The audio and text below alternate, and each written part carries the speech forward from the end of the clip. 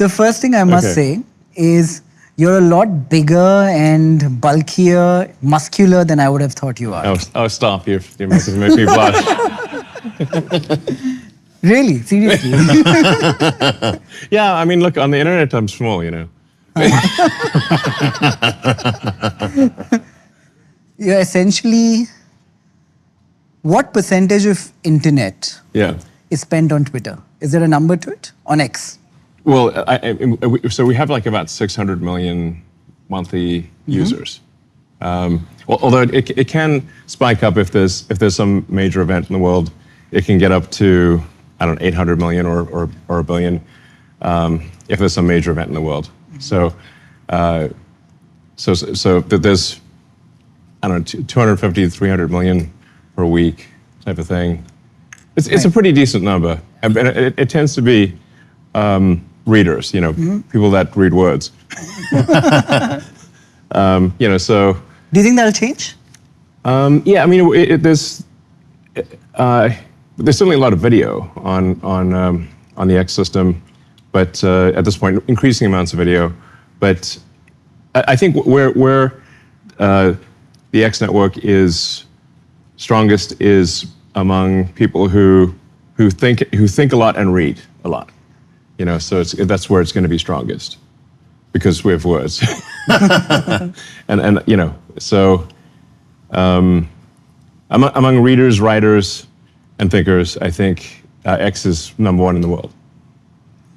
As far as social media goes, the form factor, if you had to wager a guess for tomorrow, how much is text, how much is video? I've heard you speak about maybe voice and hearing being the next form of communication with AI. What happens to X in its true form? How does it evolve? Yeah, so I do think most interaction is going to be video in the future. Most interaction is going to be real-time video with AI. So real-time video comprehension, real-time video generation. That's going to be most of the load. And that's how it is for most of the internet right now. It's most of the internet is video. Text is a pretty small percentage, but the text tends to be higher value generally, or it's more densely compressed information.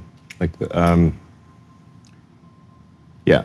So, but if you say like, what is the most amount of bits generated and compute spent, it's certainly going to be video. So I used to be a shareholder of X, a very small one. Okay. And I got paid when you bought it, when you bought Twitter and you made it X. Happy decision? Glad you did it? Yeah, I think it was important. You know, I felt like Twitter was heading in, or had gone in a direction that had sort of more of a negative influence on the world. You know, it was. I mean, of course, this depends on one's perspective. Some people will say, well, actually, they liked the way it was, and now they don't like it. But I think the fundamental thing was that Twitter was amplifying, I would say, a pretty far left by most people's standards in the world's ideology because of where it was based in San Francisco. So, and then they actually suspended a lot of people on the right. So from their perspective, even someone in the center would be far right. If you're far left, anyone in the center is far right because it's just on the political spectrum. They're just as far left as you get in the United States and in San Francisco. So what I've tried to do is just restore it to be balanced and centrist. So there haven't been any left-wing voices that have been suspended or, you know, banned or de-amplified or anything like that. Now, some of them have chosen to just go somewhere else. But at this point, it is the operating principle of the X system is to adhere to any country's laws, but not to put our thumb on the scale beyond the laws of a country. When I think of social media,